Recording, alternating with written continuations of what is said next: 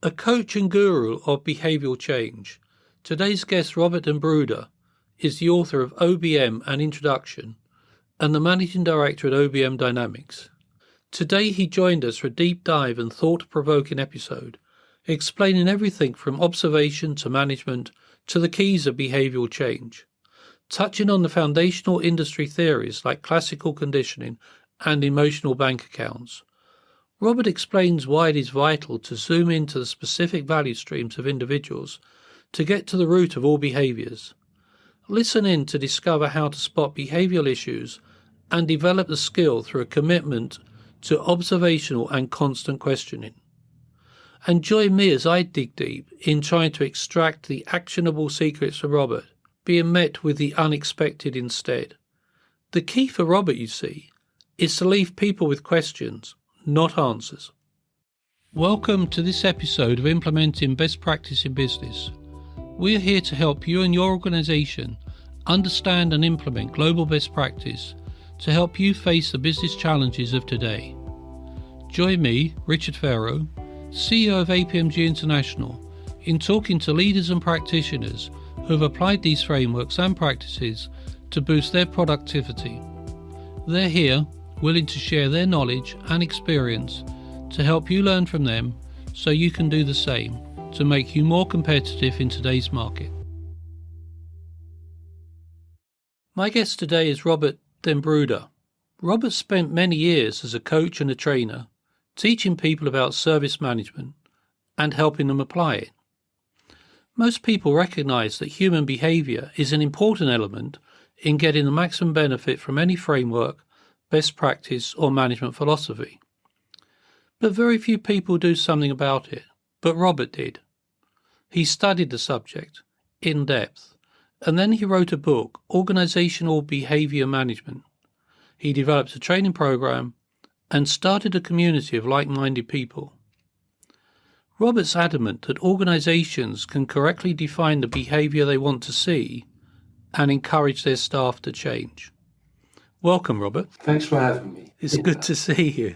So, I think you talk about the controllability error and the impact on performance and morale. I think one definition of organisational behaviour management, OBM, is a scientifically proven evidence-based approach to optimising organisational performance. So where did it start? And what is this problem that you've identified? All right, so the true foundation for behavioral science, of course, is the work of Ivan Pavlov and B.F. Skinner. Pavlov, he lived from 1849 to 1936, and B.F. Skinner lived from 1904 to 1990.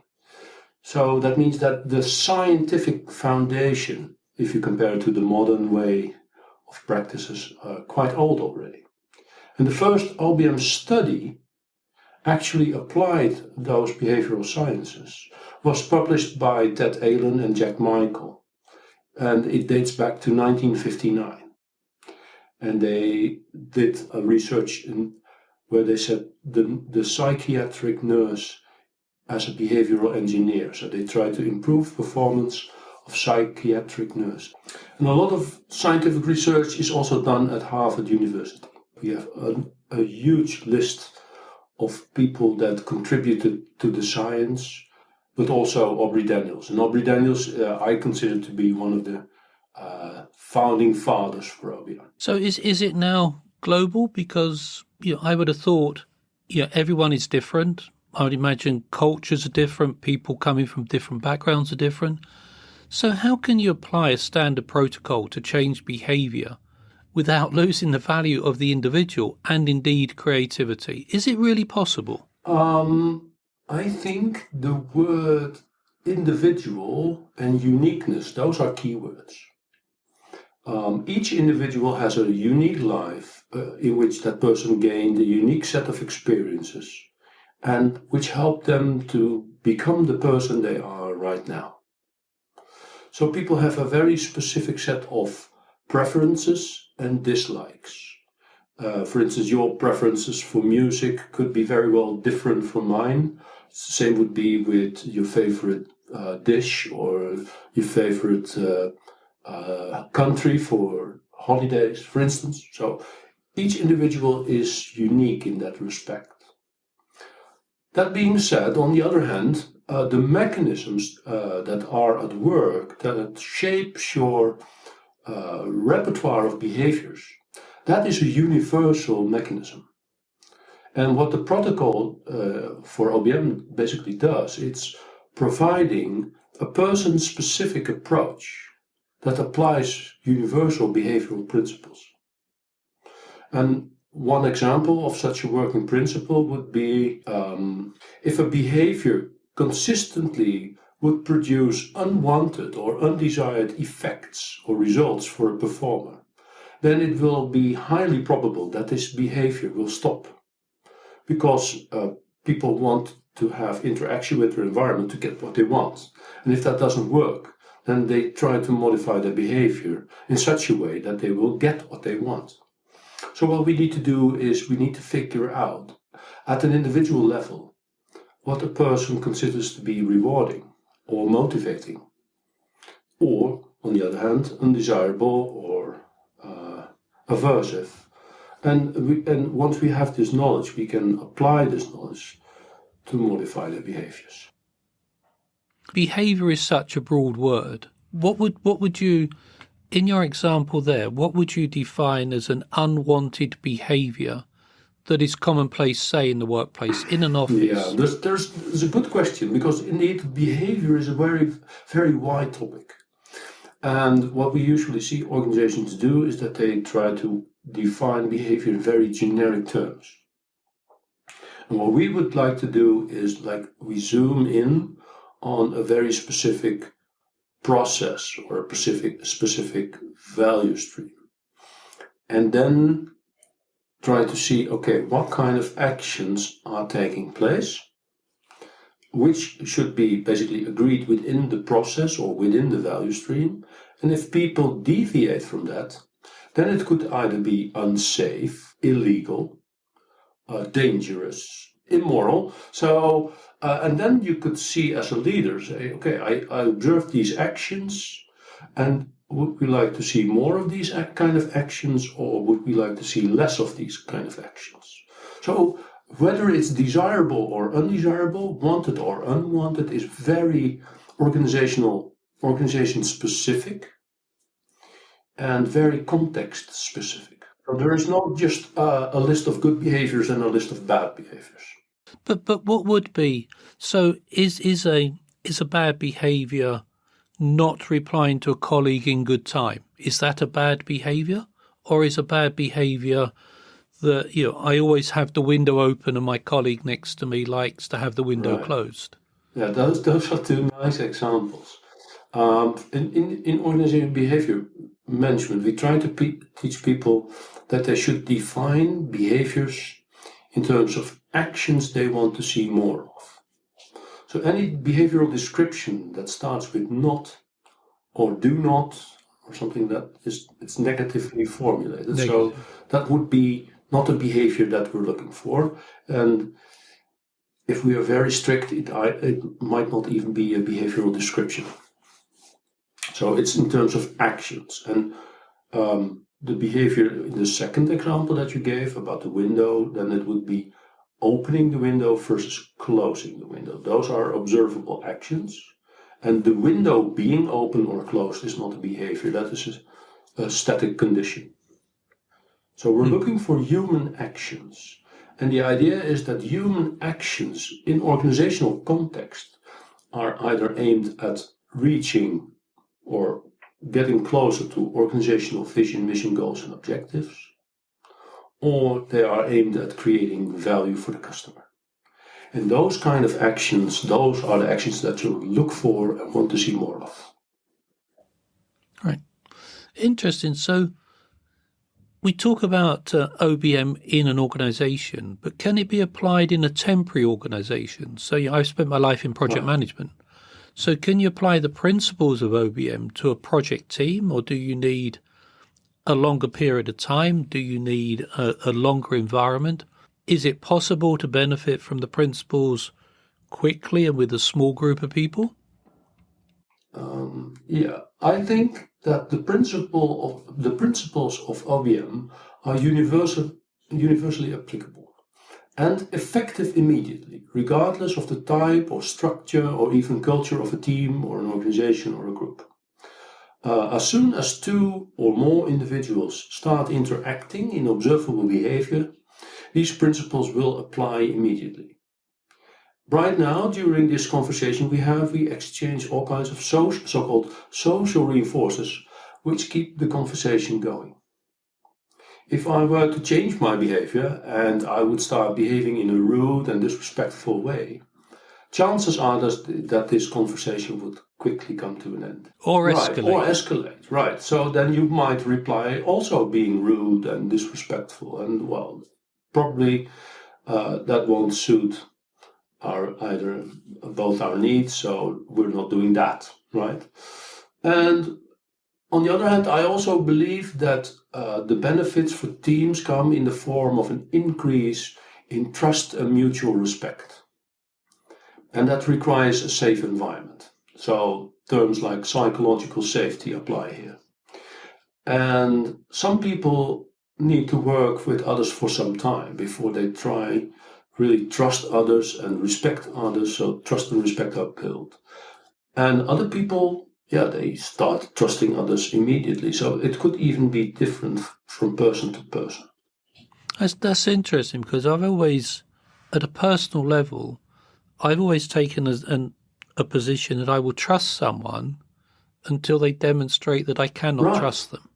So I always start with an assumption of trust, because to start with an assumption of distrust, it means that I'm starting in a very negative place, and therefore my chances of succeeding in anything are very, very remote. But isn't that what most people do? Yeah. The term emotional bank account comes to mind when you say this. Are you familiar with the term emotional bank account? No, I can imagine what it is, but I'm not familiar. So please define it for me. Just like you said, some people already start with trusting others. And for other people that you meet, they might say, okay, your account is at 0 right now. You have to earn my trust. And every time we have a positive kind of interaction, you build a little bit of trust. And sometimes something goes wrong and you might take a little withdrawal out of your bank account, of your trust account. And if you withdraw more than you have built, then we lose trust and faith. And then the relationship becomes a little bit more cumbersome. And if we have built enough account, so there's a lot of deposits there of trust and faith, and then we have this smooth relationship because we understand that no matter what happens, we can rely on each other. Right, so that's fascinating, because I remember when we first met, and I think we met and we had a discussion for about an hour and a half or 2 hours, and at the end of it, I think you said something like, I feel we can do business together. So within that 2 hours of meeting, with your expertise in this subject, you're able to arrive at a decision that says, we can go forward. That's fascinating. Yes, but on the other hand, you had a feeling that was likewise. So it doesn't necessarily mean that you need to understand the OBM to trust your gut feeling in this type of relationships. It's a matter of how we perceive each other. And if I would to start with 0 trust, and that you have to earn every little bit of trust, that would make starting a relationship or a working relationship or a business relationship a little bit more troublesome, or we should invest then more in it. And other people, they say, you can start with, here's a little bit of trust, you get it, and as long as you don't violate my trust, we can move forward, right? Every individual is unique in that respect. Accepting that, when you walk into a workplace, I know you've done some work with some clients who have got some industrial practices. If I remember correctly, you did some work with a client about the behaviour of the operatives in a warehouse. When you walk into a workplace, is it easy to spot behavioural issues? Do they become visible immediately, or do you need time to really try to identify them? Yeah, so the ability to spot behavioral issues is a skill that can be developed rather quickly. It's a matter of actually taking the time to observe people at work and keep asking yourself questions like, what is it they try to achieve, or what is it they try to avoid? For instance, when everybody knows that you should wear a bump cap on the head, because the area that you work in has all kinds of obstacles where you could get injured, so you have to wear the bump cap. And then you see if you can catch people in the act of actually doing it and respond to that. And you could observe people and they probably won't do it and try to find out what makes them choose not to wear the bump cap. So, in other words, you have to try to identify the function of their actions. You need to identify and analyze the consequences, what happens to people if they do things, or what happens to people if they try to avoid things. And because there's only 4 functions, I think the skill of observing behavior and translating that into the main function or the main purpose of the behavior can easily be trained and learned. Yes.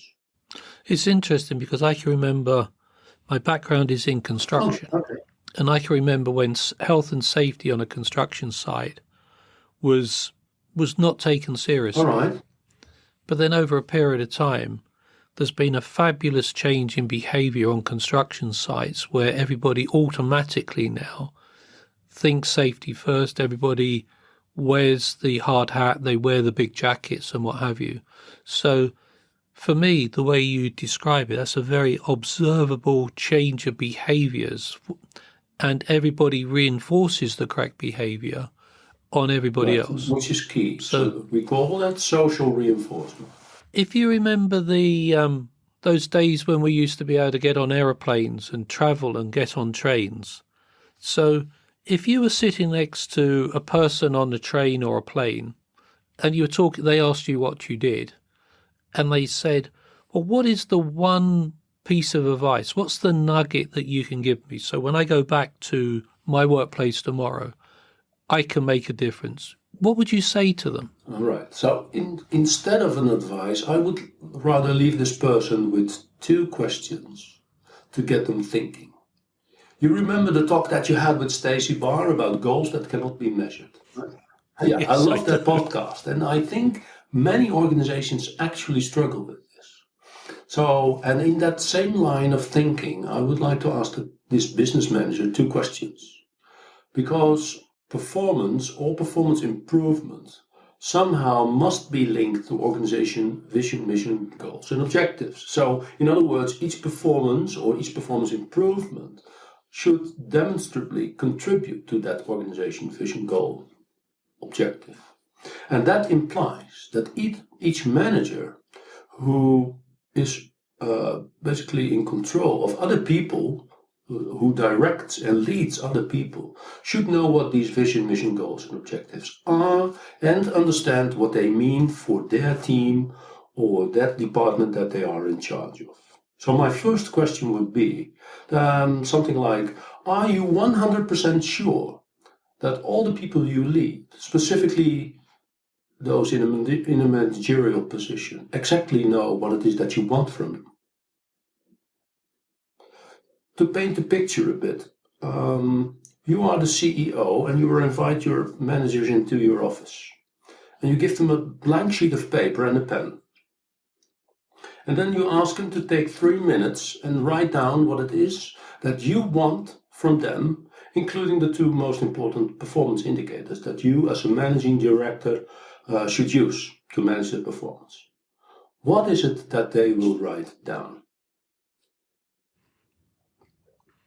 That's an interesting question. Right. So, and if you try that in real life, I think that some people break out in a sweat, or might faint even, depending on the level of fear in the organization, of course. And other people will give their interpretation of what they perceive or what they think is the best thing that they should do in order to satisfy your demand. And my guess is that what you had in mind and what they have in mind does not really 100% overlap. So there will be differences. So that would be the first question. The second question would be, in case that you get these unexpected answers or no answer at all, how would you respond?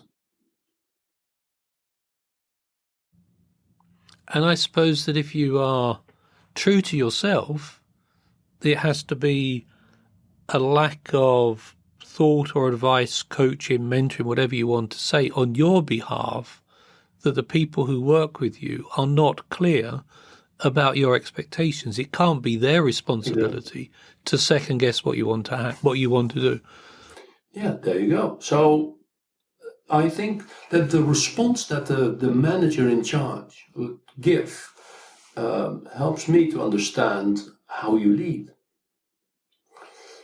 And ambiguous goals are likely to cause all kinds of performance issues and all kinds of reports that nobody works with or nobody uses. And so it is, from an OBM perspective, pretty straightforward. You start by defining the results that you want first, and then the desired results somehow contribute to those vision, mission goals and so forth.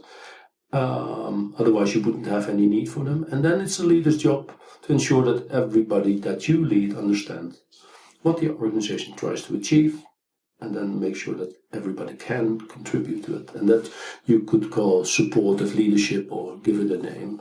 But then you can allow people to say, okay, if this is the result that I want, or that we need as an organization, then okay, what would be the best way to get there? And those would define those desirable behaviors. So they can tell you what the desirable behavior is. The only thing that you need to look for is a cause-effect relationship between goal or objective and the actions that would bring you closer to the goal. Fascinating. Thank you. Thank you for that high-power consultancy as part of this podcast. That's brilliant. But let's move to the other end of someone's career. I understand you've recently started to do some work with a university in the Netherlands. And so if you were asked to provide some advice to some people about to graduate from university this year, so these people are about to go out and start their professional career in whatever it is, what three pieces of advice would you give to these young people coming into the world of work today? I noticed that you are very persisting in asking for advice. But anyway, let's see. The first thing that I think that leaders actually should do is spend a lot of time with the people that you lead. Stay in touch. Have frequent one-on-one talks and try to get to know them a bit. Make it your habit to spend a lot of time on the shop floor and observe what's going on. That would be my first advice. And if you have a lean background, you would call it walk the Gemba. Mm-hmm. The second piece of advice that I would like to share would be share the team goals and objectives with the team members and ask them what needs to be done to achieve these goals. Because the people that you lead, from my perspective, they are the subject matter experts. And it's your job. I look at this as a leader's job. It's your job to facilitate the people to the best of your abilities. And it's your job to catch people in the act of doing something right. And make sure that it happens a lot. Right? So that would, because if you can positively respond to desirable behavior, then the entire atmosphere lightens up. And it becomes inspirational to people to work with you. And they feel supported, so you increase safety. So that would be my second tip. Share and let them, give them the challenge to fix it and then support them in their actions. And the third one, of course, would be follow OBM foundation level training and get yourself introduced to some of these fundamental behavioral science practices. because I truly believe that it will make your life as a manager so much easier and also much more pleasant. Because, you can avoid all kinds of mistakes which will spiral down or will backfire. And, if you want to understand how it works, then it is easier, not simple, but easier to do a better leadership job. So that would be my third piece of advice. That's interesting. I read something recently about agility in the workplace. And one of the pieces of advice was, in order to have an agile team, you have to let go of control. Right. You have to ask people, let people know what you want them to achieve, but then you have to let them just get on and do with that. So that seems to be quite a key principle of OBM. Is that a fair statement? Yeah, that would be a very fair statement, and I will fully support that statement, because that's how I personally believe how leaders should function. Because control is somehow a little bit elusive. If you get close to the individual in terms of trying to manage what they do, how they do it, when they do it, it doesn't actually bring you more control. I think that it would make you create more distance between you as a leader and the person and the people that you lead. Because you get something that we call classical conditioning, which is an associative learning process. And every time they see you, they think, oh, there's Richard again. He tries to correct me in the way that I do my job. And they think, because they wouldn't speak that out probably, but they think, if he knows better, why doesn't he do it himself, right? And yeah, true. Yeah, if you think you can do a better job in my chair, please take my chair. Then I will take another chair and see how I can contribute from there. That's fascinating. Robert, I'd like to put you on the spot. Is there an inspirational leader? Is there anyone that you can think of that you feel was a forerunner in the practice of OBM? I mean, is there anyone that, whether they're a good person or a bad person, is there someone that you would say, I think that person had the right characteristics to teach an OBM course? Well, I've had my share of I think I have. I've had my share of leaders that inadvertently created this toxic, fear-driven environment. And mind you, this is in most of the cases not intentionally. They simply think they need to be in control and be very strong in terms of what they want and how they want it. So, and the side effect, of course, is fear, lower performance, and lower morale. And there's one person that comes to mind that I think would be a very leader on the opposite side of that spectrum. And I didn't work with him myself, but as I look at his clips where he is pretty open as a leader, that would be Brett Dinovi from Dinovi and Associates in the United States. They are an OBM consulting firm, and they promote OBM and applied behavioral sciences, and it's their job to either help learners or probably also managers. And I think that he would be practicing what he preaches. Yes. Yeah. Brilliant. Robert, thank you very much. Fascinating talking to you. We could probably talk for hours. So thank you for finding your time to do this. Thanks a lot. You're welcome, Richard. Thank you for listening. We're always keen to hear your feedback and suggestions for future episodes. You can find all the information in the show notes below. Please visit apmg-international.com to find out more about our accredited training and the certifications that support them that are related to the topics discussed in this series. I hope you've enjoyed today, and I look forward to you joining future episodes while we continue our exploration into best practice and the benefits it brings to global business. Thank you.